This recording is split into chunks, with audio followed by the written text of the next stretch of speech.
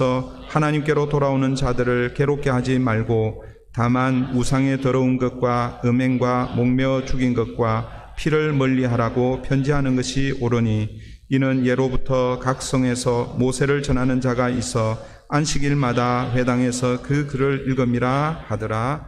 아멘.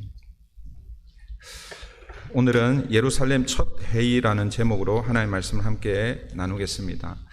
많은 사람들이 교회에 문제가 없었으면 하는 이런 생각을 하는 사람들이 있습니다. 그러나 이 땅에 있는 교회에는 문제가 없는 교회는 없습니다. 어떤 청년이 당시 영국에서 제일 유명한 설교가인 찰스 스펄전 목사님에 찾아가서 이렇게 문의를 했다고 합니다. 목사님, 저는 완벽한 교회를 찾고 있는데 혹시 그런 교회를 아십니까? 그런 교회를 한번 좀 소개해 주십시오. 그렇게 그 목사님을 찾아왔습니다. 이때 스펄전 목사님 이렇게 대답했다고 합니다. 형제님, 저도 그런 완벽한 교회를 찾고 있는데 혹시 형제님이 찾으면 내게 알려주십시오. 그렇게 하고 그 형제를 돌려보냈다고 합니다. 그 형제가 그 목사님 사무실을 나가는 찰나에 한마디를 더 붙입니다. 그런데 형제님, 만약 그런 완벽한 교회를 찾는다 하더라도 형제님이 그 교회에 다니는 순간 그 교회는 더 이상 완벽한 교회가 아닙니다 라고 그렇게 말했다라는 것입니다. 사랑하는 성도 여러분, 이해가 되시죠? 이해가 안 되시나 봐요. 다시 이 예화를 들려드리겠습니다. 네. 이해가 되시죠? 네. 여러분, 이 땅에 있는 교회는 완벽한 교회는 없습니다. 여러분, 우리 교회는 어떨까요? 우리 교회도 당연히 완벽하지 않습니다. 왜 그럴까요?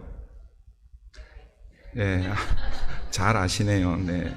저를 한번 따라 해보겠습니다. 나 때문에 우리 교회는 완벽하지 않습니다. 네. 여러분, 이걸 꼭 기억했으면 좋겠어요. 네. 목사 때문에 교회는 완벽하지 않습니다. 우리 장로님들 때문에 교회는 완벽하지 않습니다. 그리고 더 중요한 것은 여러분 때문에 교회는 완벽하지 않습니다. 그래서 교회에 문제가 없는 게 중요한 게 아니라 모든 교회는 다 문제를 안고 있죠. 그래서 그 문제를 어떻게 다루느냐, 이것이 사실은 중요합니다. 그 문제를 잘 다루기만 하면 그 문제가 가져온 어려움 때문에 교회가 깨어지는 것이 아니라 오히려 그만큼 교회는 성숙할 수 있게 된다라는 것이죠. 사도행전 전반부에 소개되고 있는 대표적인 교회 두 교회가 있죠. 예루살렘 교회와 안디옥 교회입니다. 물론 이제 그 외에 사마리아 교회, 또 제자들이 또 성도들이 흩어져서 세웠던 교회들이 있습니다. 그러나 사도행전에서 가장 대표적으로 소개되고 있는 교회가 예루살렘 교회와 안디옥 교회입니다. 이 두 교회는 모든 교회가 닮고 싶어하는 교회입니다. 그래서 어떤 목사님이 자기 교회 이름을 이렇게 지었다고 합니다. 예안교회. 짐작하시겠습니까? 예루살렘 교회와 안디옥 교회를 닮자라는 그런 마음으로 예안교회라고 그렇게 이름을 지었다고 합니다. 여러분, 그렇게 이름을 지으면 교회 문제가 없습니까? 그렇지 않죠, 그죠? 이 예루살렘 교회도, 그리고 오늘 본문에 등장하는 이 안디옥 교회도 문제가 있다라는 것이죠. 저는 이 두 교회를 보면서 오늘날 교회에 생길 수 있는 문제를 이 두 교회가 미리 우리에게 보여주고 있다라고 믿습니다. 여러분, 교회에 생기는 여러 가지 문제가 크고 작은 문제들이 있겠죠, 그죠? 다양한 문제들이 있습니다. 그러나 그 다양한 문제들을 이 카테고리로 이렇게 나누어 보면 크게 두 개의 종류로 그렇게 나눌 수 있습니다. 첫 번째는 행정적인 문제일 것이고, 그 다음에 두 번째는 교리적인 문제. 이걸 좀 다르게 표현하면 본질적인 문제와 비본질적인 문제로 나눌 수 있고, 그것 때문에 교회가 싸울 수 있다라는 것입니다. 여러분, 예루살렘 교회에 어떤 문제가 있었습니까? 6장에 소개되고 있죠. 6장의 히브리파 유대인들과 헬라파 유대인들, 특별히 그들 가운데 과부들을 어떻게 구제하는가, 구제하는 문제로 인해서 그 문제가 생겨났죠. 예루살렘 교회에 그 문제밖에 없었는가? 아니에요. 수많은 문제들이 있었을 것입니다. 그러나 그 문제를 이제 대표적으로 이렇게 보여주고 있는 것이죠. 여러분, 이것이 바로 행정적인 문제 혹은 비본질적인 문제라고 할 수 있을 것입니다.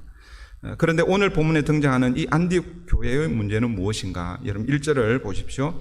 어떤 사람들이 유대로부터 내려와서 형제들을 가르치되 너희가 모세의 법대로 할례를 받지 아니하면 능히 구원을 받지 못하리라 하니.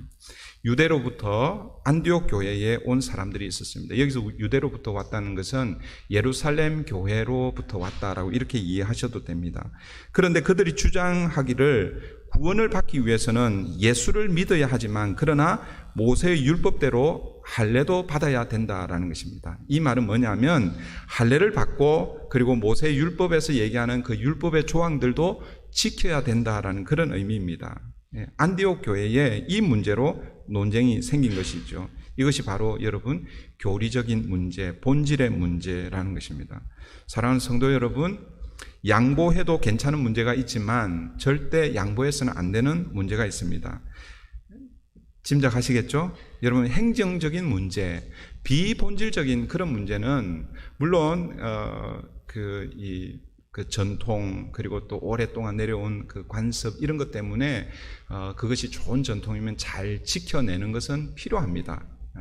그래서 잘 의논해서 그렇게 지켜가는 것이 필요합니다. 그러나 그것 때문에 피 터지게 싸울 필요는 없습니다. 그래서 양보할 수 있으면 양보하는 것이 좋죠. 여러분, 사도행전 6장에서 그 구제하는 그 일을 누가 담당했습니까? 사도들이 다 담당했다는 거죠. 근데 사도들이 그 문제, 그 히브리파 유대인들 그리고 헬라파 유대인들 중에 그 과부들을 돕는 그 일을 사도들이 다 관장해서 했는데 문제가 생기니까 사도들이 어떻게 합니까? 이걸 우리가 더 철저하게 관리해야지 하면서 더 기득권을 강화시키는 것이 아니라 그 모든 것들을 다 내려놓습니다. 여러분, 이게 쉬운 일이 아닙니다. 여러분, 그 구제와 관계되는 것은 뭐가 관련이 되어 있어요? 돈이 관련되어 있잖아요. 물질이 관련되어 있습니다. 여러분, 사람들이 참 희한합니다. 돈을 관리하면요, 괜히 어깨에 힘을 주고 목을 뻣뻣이 하고 이렇게 합니다. 그래서 나한테 순종적이고 잘하고 이러면은, 예를 들어서 교회의 어느 부서, 우리 교회는 그렇지 않지만 큰 교회 가면 여러분 이 부서의 그 돈을 집행할 때 그 책임을 맡고 있는 사람이요, 그 자기 돈인 양 그렇게 집행을 한단 말이에요. 여러분, 이 사도행전 6장에서 사도들이 그 문제를 그것을 딱 쥐고 있는 거예요. 그건 놓는 것이 쉽지 않습니다. 그런데 어떻게 했습니까? 본질적인 문제가 아니기 때문에 사도들이 그것을 집사들을 세워서 집사들에게 넘겨주고 있죠. 그러면서 기도와 말씀과 기도에 우리는 더 힘을 쏟겠다라고 하면서 그 문제를 해결하고 있습니다. 그런데 이 안디옥에서 생긴 이 문제는 그런 비본질적인 행정적인 문제가 아닙니다. 교리적인 문제입니다. 이것은 믿음과 구원에 관한 것입니다. 그래서 절대 양보해서는 안 되는 것이죠. 그래서 바울과 바나바는 유대로부터 온 사람들과 어떻게 합니까?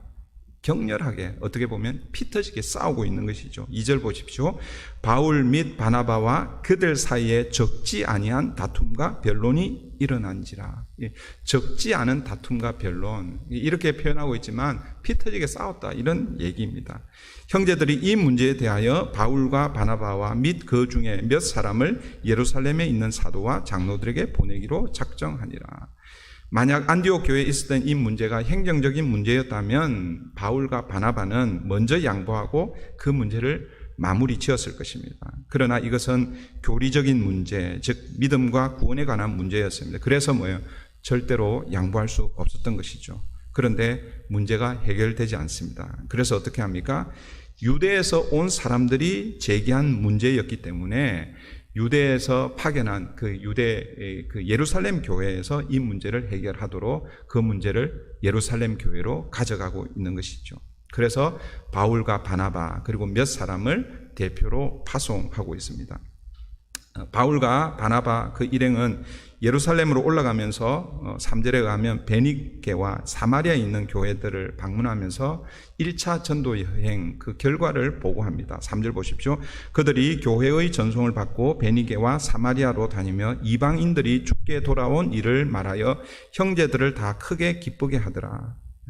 1차 전도 여행에서 하나님께서 행하시고 문을 여신 이방인들에게 복음을 전해 그들이 주께로 돌아오고 교회를 이룬 그 일들을 보고 하니까 이 베니게와 사마리아에 있는 사람들이 크게 기뻐하고 함께 하나님께 영광을 돌렸다라는 그런 의미죠.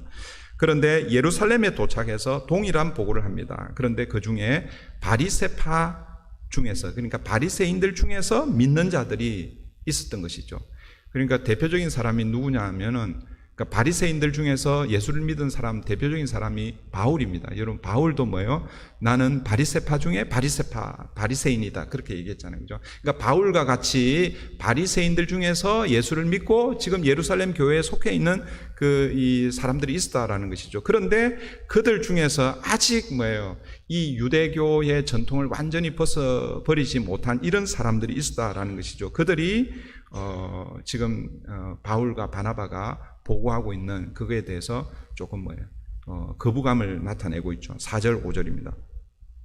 예루살렘에 이르러 교회와 사도와 장로들에게 영접을 받고 하나님이 자기들과 함께 계셔 행하신 모든 일을 말하며, 베니게와 사마리아에서 했던 그걸 그대로 하고 있습니다. 그런데 바리새파 중에 어떤 믿는 사람들이 일어나 말하되 이방인에게 할례를 행하고 모세 율법을 지키라 명하는 것이 마땅하다 하니라. 그러니까 바리새파 중에서 믿는 사람들, 그 사람들이요, 이방인들이 예수를 믿는다고 하는 그거 참 반가운 일이잖아요, 그죠? 그런데 그들에게 할례를 주고 그리고 모세 율법을 지키는 것이 마땅하다. 그러니까 그 사람들도 우리처럼 할례를 받고 그리고 율법을 지키도록, 물론 율법의 그 모든 것들을 다 지키는 건 아니겠죠. 그 모세로부터 내려온 그 중에서 이제 전통으로 잡혀 있었던 그런 것들을 이제 다 지키도록 그렇게 아마 강요했던 것 같습니다. 이렇게 해서 예루살렘 교회에서 이 교리적인 문제로 최초로 종교회의가 열리게 됩니다. 6절에 보면 누가 모였습니까? 사도들이 모였고 또 각 지역의 장로들이 이렇게 모였다라고 이렇게 얘기하고 있죠. 이 사도들은 아마도 12사도들이 아마 다 모였을 것입니다. 물론 12사도라고 이제 그냥 상징적으로 우리가 12사도라고 하지만 이때는 이미 야고보 사도는 순교했죠. 사도행전 12장에서 순교했잖아요. 그죠? 11사도가 모였을 것이고, 그 다음에 각 지역을 대표해서 장로들이 모였을 것입니다. 그리고 7절, 한 절로 아주 요약을 하고 있지만, 많은 변론이 있었다. 다툼과 변론이 있었다라고 이렇게 얘기하는데, 아마 치열하게 공방이 오고 갔을 거예요. 근데 이 누가가 이것을 그렇게 아주 간단하게 그렇게 요약하면서 기록을 하고 있습니다. 이 논쟁이 이제 한참 논쟁이 일어나고 나서 그 다음에 이제 대표로 이제 두 사람이 사실은 등장합니다. 베드로가 등장하고 그 다음에 야고보 등장하죠. 물론 이제 그 12절에 보면 바울과 바나바도 잠깐 보조 발언을 하고 있는데, 어쨌든 오늘 전체적으로 보면 7절 이후부터 보면 베드로가 어떻게 보면 사도들을 대표해서 자기의 의견을 지금 피력하고 있고, 또 야고보는 장로들을 대표해서 의견을 내고 있습니다. 먼저 사도들 대표해서 베드로의 변론을 보시면 그 변론의 내용이 7절부터 11절까지입니다. 자신의 경험을 중심으로 변증을 하고 있죠. 우리 7절부터 11절까지 좀 길지만 우리 다시 한 번 더 읽어보면 좋겠습니다. 7절부터 다 같이 읽습니다. 시작. 많은 변론이 있은 후에 베드로가 일어나 말하되 형제들아 너희도 알거니와 하나님이 이방인들로 내 입에서 복음의 말씀을 들어 믿게 하시려고 오래전부터 너희 가운데서 나를 택하시고 또 마음을 아시는 하나님이 우리에게와 같이 그들에게도 성령을 주어 증언하시고 믿음으로 그들의 마음을 깨끗이 하사 그들이나 우리나 차별하지 아니하셨느니라. 그런데 지금 너희가 어찌하여 하나님을 시험하여 우리 조상과 우리도 능히 매지 못하던 멍에를 제자들의 목에 두렸느냐. 그러나 우리는 그들이 우리와 동일하게 주 예수의 은혜로 구원받는 줄을 믿노라 하니라. 먼저 별로 한참 공방이 일어난 이후에 이제 사도들을 대표해서 베드로가 결론을 내리고 있는 것이죠. 이 베드로의 이 말에 그 변론을 크게 한 세 가지로 요약을 해보면 첫 번째는 이것입니다. 하나님은 이방인에게 복음을 전하기 위해서 자신을 선택했다라는 것입니다. 그 사건이 어떤 사건입니까? 바로 고넬료, 백부장 고넬료에 관한 그 이야기입니다. 아무도 가지 않는 그 이방인들에게는 이 복음이 아직까지 예루살렘을 통해서 온 유다에 복음이 전해졌지만 아직 공식적으로 이방인에게 복음이 전해지지 않았을 때 하나님께서 베드로를 선택해서 보냈다라는 것이죠. 그 사건 아시죠? 환상을 보여줌으로 더러운 음식을 제가 먹을 수 없습니다라고 거절했지만 하나님이 강권해서 그렇게 보냈죠. 그 얘기를 지금 요약하고 있습니다. 그 다음에 두 번째는 그 하나님께서 모든 이들의 마음을 아시사 이방인에게도 우리와 같이 성령을 주셨다라는 것입니다. 우리와 같이라는 이 표현이 굉장히 중요합니다. 우리와 같이라는 이 말은 어떤 의미냐면 이 그 베드로와 그리고 이 예루살렘 교회의 성령을 언제 주셨습니까? 사도행전 2장에서 오순절 그 성령 강림 그 사건을 얘기하는 거예요. 그때 성령님께서 우리에게 임하신 것처럼 어떻게 해요? 백부장 고넬로 집에도 그렇게 성령이 임했다라는 거예요. 우리와 같이 성령을 주셨다라는 것이고, 그리고 세 번째는 믿음으로 그들의 마음을 깨끗이 하셨기 때문에 그래서 지금 현재 유대인과 이방인 간에는 본질적으로 구분이 없다라는 거예요. 유대인이기 때문에 하나님의 더 사랑을 받고 이방인이기 때문에 하나님께 사랑을 덜 받고 그런 구분이 없다라는 것입니다. 이 경험에 비추어서 베드로의 결론이 무엇입니까? 11절을 다시 보시면 그들이 우리와 동일하게 주 예수의 은혜로 구원받는 줄을 믿노라 하니라. 구원은 무엇으로 얻는 것입니까? 은혜로 얻는 거예요. 은혜로. 이 은혜라는 것은 다르게 표현하면 선물로 주어지는 것입니다. 주 예수의 은혜로, 주 예수의 선물로, 그러니까 하나님의 선물로 주어지는 것입니다.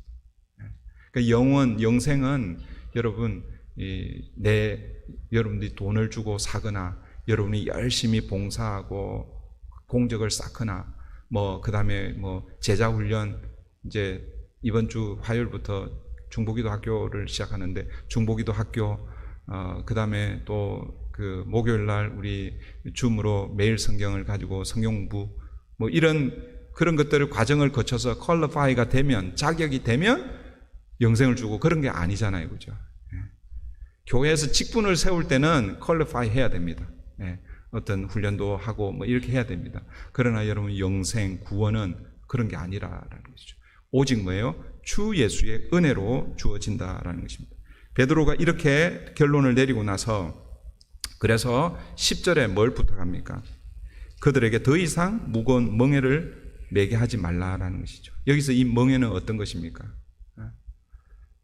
제가 우리 마태복음 할 때도 11장에 보면 수고하고 무거운 짐진 자들아라고 그렇게 할 때 그 무거운 짐, 우리는 이제 인생을 살아가면서 경험하는 여러 가지 크고 작은 그런 인생의 문제들을 수고하고 무거운 짐이라고 이렇게 이해하지만, 그러나 예수님께서 1차적으로 말씀하실 때는 유대인들은요, 이 성인식을 하고 나면 이제는 율법을 지키겠습니다. 그 성인식의 가장 중요한 핵심은 이제 앞으로 나는 하나님의 백성으로, 하나님의 자녀로 율법을 철저하게 지키겠습니다 라고 하는 그 고백입니다. 그래서 뭐예요? 율법을 그때부터 이제 어깨에 짊어지는 것이죠. 이 멍에라는 것은 바로 이 율법의 멍에를 이야기하는 것이죠. 그러니까 이 율법을 지키겠다라는 그 출발점이 어디냐면 할례를 받는 것입니다. 그래서 할례를 받고 그 다음에 이제 율법의 그 조항들을 지켜라. 이런 것, 베드로가 어떻게 솔직하게 고백하고 있죠. 우리 조상들도 그거 못 지켰고, 그리고 또 뭐예요? 우리도 사실 못 지키고 있지 않느냐. 그런데 이방인 그리스도인들에게 그런 할례와 율법 조항들을 매게 해서는 되겠습니까? 안 된다라는 것이죠. 오직 구원은 주 예수의 은혜로 얻는 것이고, 하나님은 유대인이나 이방인이나 구별하지 않는다라고 그렇게 사도들을 대표해서 그러니까 사도의 입장을 베드로를 통해서 지금 전하고 있습니다. 그 다음에 이제 12절에서 바나바와 바울이 전도 1차 전도 여행했던 그 경험을 12절 한 절에서 요약적으로 소개하고 있죠. 12절 보십시오. 온 무리가 가만히 있어 바나바와 바울이 하나님께서 자기들로 말미암아 이방인 중에서 행하신 표적과 기사에 관하여 말하는 것을 듣더니, 그러니까 한 절에 그간에 있었던 전도 여행에 대해서 보고를 한 것입니다. 그 다음에 누가 등장합니까? 야고보가 등장하죠. 야고보는 장로를 대표해서 최종적인 결론을 내리고 있습니다. 13절부터 21절이죠. 13절부터 보시면 말을 마침에 야고보가 대답하여 이르되 형제들아 내 말을 들으라. 하나님이 처음으로 이방인 중에서 자기 이름을 위할 백성을 취하시려고 그들을 돌보신 것을 시몬이 말하였으니. 여기서 이 시몬은 누구를 가리키겠어요? 시몬 누구를 가리키겠어요? 베드로를 얘기합니다. 베드로의 원래 이름이 뭐예요? 예, 시몬이죠, 그죠? 근데 시몬인데 이 시몬이라고 또 이렇게 읽히는 거예요. 그래서 지금 사도행전에서는 시몬이라고 이렇게 기록되어 있지만 시몬 베드로를 얘기하는 거죠. 하나님께서 시몬 베드로를 선택해서 지금 이방인에게 이방인 중에서 자기 이름을 부를 사람을 그렇게 했다라는 것이죠. 그리고 선지자들의 말씀이 이와 일치하도다. 그러니까 베드로의 경험, 베드로가 했던 그것이 선지자의 말과 같다라는 그런 의미죠. 그래서 아모스의 말씀을 인용합니다. 16절, 17절은 이 아모스의 말씀을 인용합니다. 기록된 바 이후에 내가 돌아와서 다윗의 무너진 장막을 다시 지으며 또 그 허물어진 것을 다시 지어 일으키리니 이는 그 남은 사람들과 내 이름으로 일컬음을 받는 모든 이방인들로 주를 찾게 하려 함이라 하셨으니 즉 예로부터 이것을 알게 하시는 주의 말씀이라 함과 같으니라. 아모스의 말씀에 의하면 다윗의 무너진 장막을 일으키실 분이 오실 거라는 거죠. 예, 그분이 누구입니까? 예수님이시죠. 이 다윗의 장막은 결국 성전을 얘기합니다. 이 성전이 솔로몬을 통해서 지어졌고 그리고 바벨론에 의해서 무너졌고 그 얘기를 하거든요. 물론 이제 스룹바벨에 의해서 세워지고 재건이 되고 그리고 예수님 당시에는 이 헤롯 대왕에 의해서 더 화려하게 잘 이렇게 마련되었지만 역사적으로는 AD 70년경에 로마의 티투스 장군에 의해서 완전히 허물어졌잖아요, 그죠? 그런데 허물어지기 전에 예수님 뭐라고 말씀하셨어요? 저 성전을 헐라 내가 3일 만에 새로운 성전을 짓겠다라고 말씀하셨잖아요, 그죠? 그 얘기를 하는 거죠. 아모스 선지자의 그 예언입니다. 그런데 그 장막을, 이 무너진 이 다윗의 장막을 다시 지을 것인데, 그런데 그 장막에 누가 들어갈 것이냐라는 거예요. 유대인들은 자신들만 들어갈 거라고 생각했습니다. 그러나 이미 아모스 선지자 때도 이미 누가 들어갈 것을 예언하고 있는 거예요? 이방인들도 들어갈 것을 예언하고 있다라는 거예요. 여러분, 아모스 선지자만 들어간다고 예언한 거 아닙니다. 이사야 선지자도 예언했고요. 심지어는 솔로몬이 성전을 짓고 나서 그때 이미 이방인들을 향해서 그 성전이 열려 있다라는 것을 그의 기도를 통해서 우리가 이미 확인했잖아요, 그죠? 예. 열왕기상 우리 지금 이제 묵상하고 있는데 아마 이제 이렇게 보다 보면 또 나올 거예요. 여러분 한번 나중에 그때 또 확인하면 좋을 것 같습니다. 야고보는 이 아모스 말씀을 인용해서 베드로의 경험과 일치한다라고 그렇게 말씀하고 있습니다. 그러면서 결론을 내립니다. 19절부터 20절입니다. 그러므로 내 의견에는, 지금 여기서 내 의견이라고 이렇게 표현하고 있지만 사실은 이제 장로들을 대표해서 야고보가 지금 의견을 내고 있습니다. 이방인 중에서 하나님께로 돌아오는 자들을 괴롭게 하지 말고 다만 우상에 들어온 것과 음행과 목매어 죽인 것과 피를 멀리하라고 편지하는 것이 옳으니. 야고보의 결론은요 크게 두 가지입니다. 첫 번째는 진리와 관계되는, 그러니까 믿음으로 구원 얻는 이 구원의 도리는 이 바울과 바나바의 손을 들어주고 있죠. 이방인들의 손을 들어주고 있습니다. 그리고 두 번째는 교회의 덕을 세우기 위해서 지금 권면하는 그런 내용들을 소개하고 있습니다. 먼저 교리적인 부분에서 이방인 중에서 하나님께 돌아오는 자들 괴롭게 하지 말라라는 것입니다. 이 괴롭게 하지 말라는 것은 할례를 행하고 율법을 지키라고 그렇게 하지 말라라는 것입니다. 구원 얻는 길은 모세 율법에 따라 할례를 받아야 하는 것이 아니라 오직 예수의 은혜로 되는 것이다라는 것이지요. 이게 교리입니다. 교리. 믿음의 교리, 구원의 교리인 것이죠. 이것을 뭐요? 분명하게 지금 밝히고 있습니다. 그러나 여기서 끝나는 게 아니라 야고보는 교회의 덕을 세우기 위해서 유대인 그리스도인의 손도 함께 들어주고 있습니다. 교회의 덕을 세우기 위해서 어떻게 합니까? 다만 우상의 더러운 것과 음행과 목매어 죽인 것과 필은 멀리하라. 그러니까 유대인들은요 이걸 하지 않는 거예요. 이거는 율법의 조항 때문에 안 한다라고 이렇게 보면 안 되고, 물론 이제 뭐 그럴 수도 있지만 하나님이 금하시고 오랫동안 내려온 관습이고 전통이었다라는 것이죠. 그래서 그런데 이제 여러분들 오해하시면 안 됩니다. 이게 지금 이 네 가지를 금하고 있잖아요, 그죠? 이것은 구원과 관계되는 건 아닙니다. 그러니까 이것들을 하지 않아야 이방인들이 구원을 받는다, 그거 아닙니다. 그러니까 지금 이렇게 결정을 내렸잖아요, 그죠? 그리고 야고보가 이제 편지를 해서 각 회당에 또 교회에 편지를 해서 이걸 알리는 거예요. 그래서 이방인 그리스도인들 중에서 피채 먹는 사람 있었을까요, 없었을까요? 있었을 수 있습니다. 그럼 그 사람은 구원을 못 받느냐? 그렇지 않습니다. 권면사항입니다. 그걸 안 하면 뭐예요? 유대인과 이방인이 하나가 되는 그런 역할을 하는 것이죠. 그래서 유대인과 이방인들이 하나가 되게 하기 위해서 이방인들, 이 당시 이방인들은요, 지금 이 네 가지 그만 이런 것들을 아무 거리낌 없이 그냥 하는 거예요.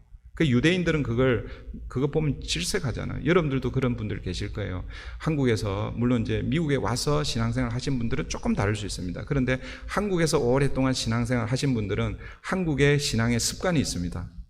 근데 그게 이제, 죄송합니다, 이렇게 표현해서 전부라고 생각하면 안 되는데, 그런데 그게 오랫동안 습관으로 이렇게 몸에 배어왔기 때문에 이 이민교회에서 하는 걸 이렇게 볼 때에 나 한국에 있을 때 저렇게 안 했는데, 예를 들어서 예배를 드릴 때도 그래요. 예배의 스타일이나 예배의 형식이나, 내가 한국에서 있었을 때 그 교회, 저는 죄송하지만 제가요 한국에서 세 교회를 섬겼거든요.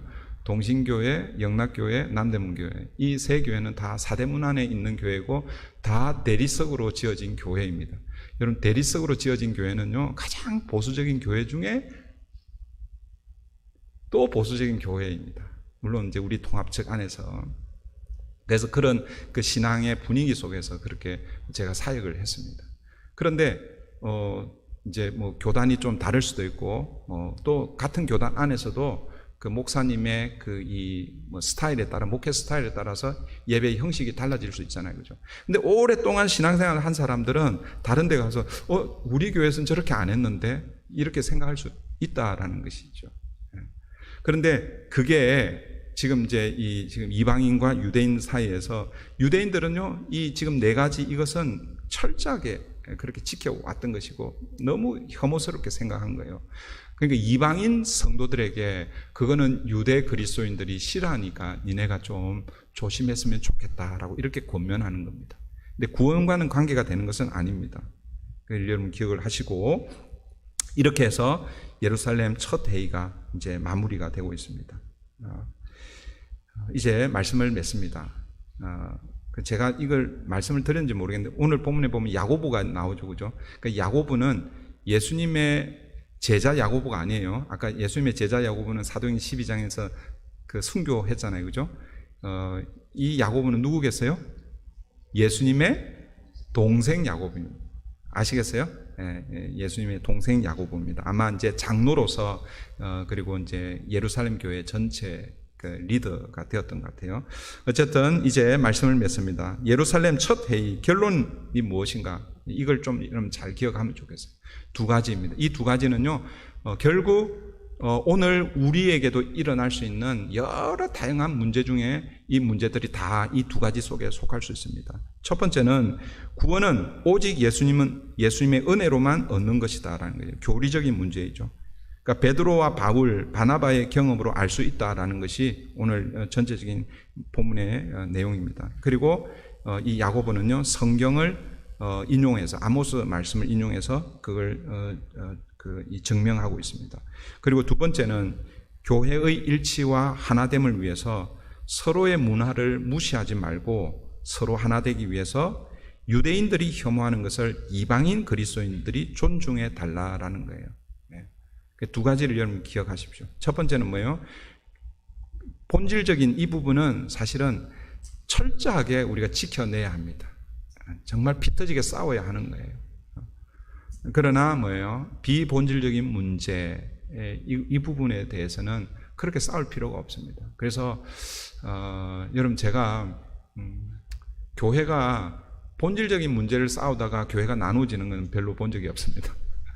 그 교회가 나누어지고 힘들어하는 건 거의 대부분 많은 경우에 비본질적인 문제로 그런 경우가 많습니다.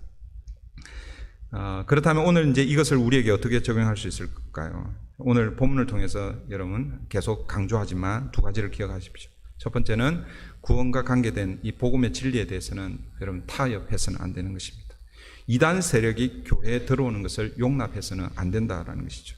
그러니까 바울과 바나바가 이 진리를 지켜내었기 때문에 복음이 변질되지 않고 지금 2000년의 교회 역사가 흘러갔음에도 불구하고 바울과 바나바 혹은 그 당시 사도들이 전했던 그 복음을 우리는 지금도 뭐요? 그대로 지금 전하고 있는 것입니다. 이 예루살렘 회의가 그런 의미에서 매우 중요한 의의를 갖고 있는 것이죠. 만약 이때 이런 결정을 하지 않았다면 복음이 상당히 많이 왜곡되었을 것입니다. 여러분 기억하십시오. 앞으로 우리가 믿고 지켜야 할 이 구원의 이 핵심, 이 복음은 그대로 오늘 우리가 믿고 그리고 또 그대로 뭐예요? 우리의 자녀들에게 또 계승해주고 그리고 앞으로도 계속해서 그 복음이 전해져야 한다라는 것입니다. 그래서 우리는요 유대인들이 지키고 있는 이런 관습 이런 것들 우리가 하지 않아도 되는 것이죠. 두 번째 기억할 것은 교회의 일치와 그리고 교회의 덕을 세우는 데 힘써야 한다라는 것을 여러분 잊어버리면 안 됩니다. 처음에 시작할 때 문제 없는 교회는 없다고 그랬죠. 교회 안에 문제가 다 있을 수 있습니다. 그러나 그 문제로 인해서 교회가 깨어지거나 나누어지는 일은 없어야 하는 것이죠. 우리는 뭐예요? 다양한 신앙의 배경 또 신앙의 습관을 가지고 우리 신앙생활을 하고 있죠. 목사도 마찬가지예요. 여러분 목사 저만 경험하는 게 아니잖아요. 그죠? 여러분들이 수많은 목사님들 경험했을 거예요. 저같이 다 이런 목사 아니잖아요. 그죠? 다 목사님들도 다 다를 수 있습니다. 그러니까 여러분들이 다 다양한 이 신앙의 그걸 다르게 표현하면 신앙의 색깔이라고 그렇게 할 수 있을 거예요. 근데 신앙의 색깔 문제라면 그게 본질적인 게 아니면은 서로를 인정하고 받아들여야 한다라는 것입니다. 아까도 말씀드렸지만 예배 스타일, 예배 형식이 다를 수 있습니다. 어떤 교회는 사도신경을 안 합니다. 대부분 침례교죠, 침례교. 침례교는요 예배 중에 사도신경을 고백하지 않습니다. 근데 대부분의 우리 장로교단은 장로교는 사도신경을 합니다. 근데 뭐 요즘 장로교 중에서도 사도신경을 안 하는 교회들 많이 있습니다. 어쨌든 그 예배 안에 뭐 성시교독을 하느냐 안 하느냐. 왜 우리 교회는 성시교독을 안 합니까? 왜 우리 교회는 뭐 사도신경을 안 합니까? 뭐 이런 문제는 사실은 비본질적인 문제라는 거예요. 이 다양한 예배의 스타일이 있을 수 있고 기도도 마찬가지죠. 어떤 사람은 통성으로 기도할 때 하나님 들어주신다라고 생각하고 그래서 기도할 때마다 통성으로 기도하는 분들이 계시죠. 또 어떤 분들은 이제 또 죄송합니다. 이 장로교, 이 보수적인 장로교에서는요 조용하게 묵상하면서 기도하는 거죠. 그런 기도의 스타일이 있는 거예요. 그런 것들을 뭐예요? 서로를 인정해 주는 게 필요하다는 거죠. 봉사의 스타일도 다 다를 수 있죠. 그런 이런 모든 것들은요 다름의 문제이지 옳고 그름의 문제가 아니다라는 것을 여러분 기억하십시오. 신앙의 색깔이 서로 다르지만 그러나 교회의 하나됨을 위해서 사랑으로 서로 용납하고 받아들여야 한다라는 것입니다. 그럴 때 뭐예요? 교회는 그 문제 때문에 좀 아플 수도 있습니다. 그러나 그 아픈 만큼 성숙하는 것이죠. 여러분 아이들이 자랄 때에 한 번도 안 아프고 자라는 애들이 없죠. 아니 한 번이 뭡니까? 수없이 아픔을 경험하고 자라는 거잖아요. 그래서 그런 말이 있잖아요. 아픈 만큼 성숙하고 성장하는 거예요. 신앙생활도 마찬가지예요. 교회도 마찬가지예요. 그래서 문제가 생길 때 물론 문제가 생겨서 좀 걱정이 되고 염려가 서럽죠, 그죠? 그러나 그 문제 때문에 우리 함께 기도하고 또 하나님 주시는 지혜를 가지고 그 문제를 해결하면 그만큼 성숙한다라는 것을 여러분 기억하시고, 개인도 마찬가지죠. 가정도 마찬가지입니다. 가정 안에 문제가 있을 수 있습니다. 그러니까 문제가 없는 게 중요한 것이 아니라 문제를 어떻게 다루어내는가, 그것이 더 중요합니다. 그래서 오늘 저와 여러분이 우리 안에 우리 교회에도 문제가 많습니다. 누구 때문에요? 그래서 문제가 생길 때마다 여러분, 주님, 나 때문에 문제가 생겼네요. 그런 마음으로 주님 앞에 엎드려 기도할 때에 문제가 해결되고, 그리고 해결된 이후에 교회는 더 든든하게 서갈 것을 믿고 우리 함께 주님의 몸을 세워가는 저와 여러분 되기를 바랍니다. 이 시간 우리의 말씀을 기억하면서 같이 기도하십시다. 오직 구원의 도리, 그것은 예수의 은혜로 되는 것입니다. 예수 그리스도를 믿음으로 되는 것입니다. 하나님, 이 구원의 이 도리를 굳게 붙들고 우리 안에 일어날 수 있는 여러 가지 문제들을 사랑으로 또 서로를 용납함으로 함께 받아들이고, 그래서 그 문제 때문에 교회가 더 큰 어려움이 아니라 그 문제를 해결해서 교회가 더 든든하게 서가는 교회 되게 해주시옵소서. 이 시간 우리 함께 기도하십시다.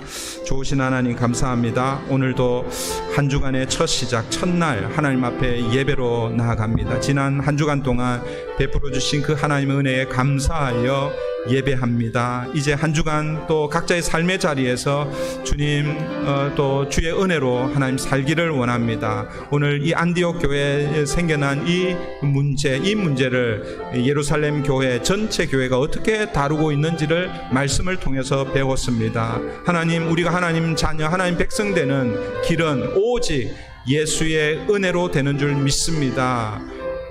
예수 그리스도를 믿음으로 말미암아 구원을 얻고, 그래서 유대인이나 이방인이나 구별이 없고 오래 믿은 신자나 갓 믿은 새 신자나 구별이 없다라는 것을 우리가 분명히 알고, 이 구원의 도리에 대해서는 철저하게 믿음으로 지켜가는 저희들 되게 도와주시고, 그러나 수많은 문제들이, 비본질적인 문제들이 교회를 어렵게 하고 아프게 하는데, 하나님, 우리가 이런 문제들 앞에서 서로를 용납하고 이해하고 받아들이고 용서함으로 말미암아 교회의 일치와 교회의 덕을 세워가는 저희들 되게 도와주시옵소서. 늘 하나님, 나 때문에 문제가 생길 수 있습니다.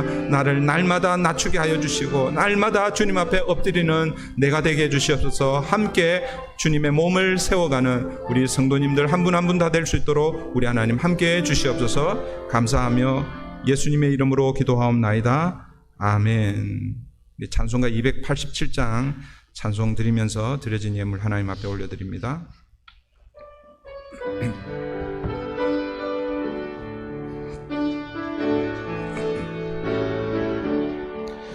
예수 앞에 나오면 제사함 받으며 주의 품에 안기어 편히 쉬리라. 우리 주만 믿으면 모두 구원 얻으며 영생 복락멸 유관 확실히 받겠네. 예수 앞에 나와서 은총을 받으며 마음의 기쁨 넘치어 감사하리라. 우리 주만 믿으면 모두 구원 얻으며 영생 복락멸 유관 확실히 받겠네. 예수 앞에 설 때에 흰 옷을 입으며 밝고 빛난 내 집에 이리 살리고, 우리 주만 믿으면 모두 구원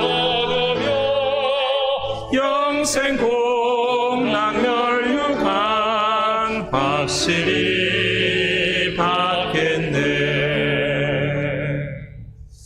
좋으신 하나님 감사합니다. 오늘도 지난 한 주간 각자의 삶의 자리에서 주님과 동행하게 하셨다가 오늘 공동체로 모여 하나님 앞에 예배합니다. 한 주간 오늘 예배를 통해 주신 하나님의 은혜로 또 승리하는 우리 한 사람 한 사람 다 되게 도와주시옵소서. 오늘도 예배의 자리에 나올 때 그저 나오지 않게 해주시고 베풀어 주신 그 은혜에 감사하여 11조와 감사헌금과 또 주정헌금, 점심 중식헌금과 헌화헌금 또 여러 가지 기도의 제목을 가지고 하나님 앞에 올려드리는 예물들이 있습니다. 이 예물들을 받으시고 하나님의 나라와 주의 영광을 위해서 귀하게 쓰임받게 하여 주시옵소서. 오늘도 각 가정마다 문제 앞에서 주의 도우심을 구하며 주님이 주시는 지혜로 해결하고 또 더 믿음으로 성숙해 가는 가정 또 공동체 교회되게 도와주시옵소서. 감사하며 예수님의 이름으로 기도하옵나이다. 아멘. 지난주 암송구절 우리 다 같이 하겠습니다. 이사야 41장 10절입니다. 다 같이 합니다. 시작. 두려워하지 말라. 내가 너와 함께 함이라. 놀라지 말라. 나는 내 하나님이 됨이라. 내가 너를 굳세게 하리라. 참으로 너를 도와주리라. 참으로 나의 의로운 오른손으로 너를 붙들리라. 이사야 41장 10절 말씀 다 같이 합니다. 시작. 두려워하지 말라. 내가 너와 함께 함이라. 놀라지 말라. 나는 내 하나님이 됨이라. 참으로 너를 도와주리라. 참으로 나의 의로운 오른손으로 너를 붙들리라. 이사야 41장 10절 말씀. 네. 왜? 잘 하시다가 왜? 네.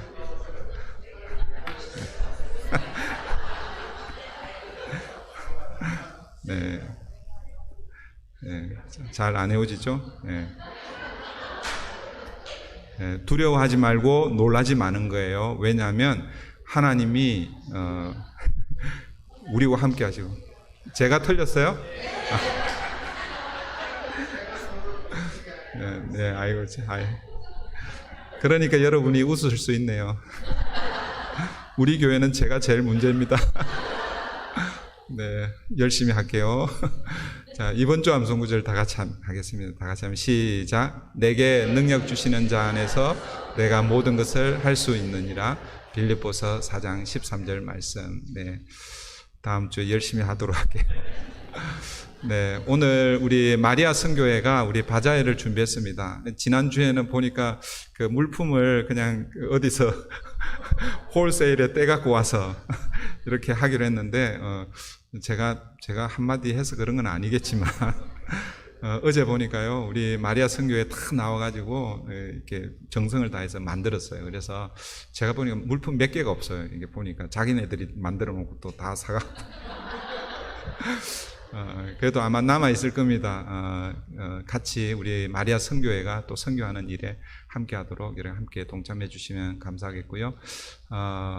광고 드린 대로 화요일부터 우리 8주 동안 중보기도 학교를 하려고 합니다. 그래서 이번 주 화요일부터 합니다. 우리 회비가 10불이고 뭐 지난번처럼 뭐 얼리볼 뭐 이런 거 없습니다. 그냥 오늘 신청해 주시고 또 화요일 날 또 이렇게 마음이 이렇게 와닿는 사람은 이렇게 오시면 좋을 것 같고요. 교재 준비를 위해서 가능하면 오늘 내일까지 이렇게 좀 알려주시면 좋겠습니다. 이런 분들이 계세요. 나는 공부를 하는 게 너무 힘들어요. 여러분, 공부하는 거 아니에요. 공부하는 거 아니고 또 새가족들도 괜찮아요. 처음 신앙생활 하신 분들도 괜찮아요.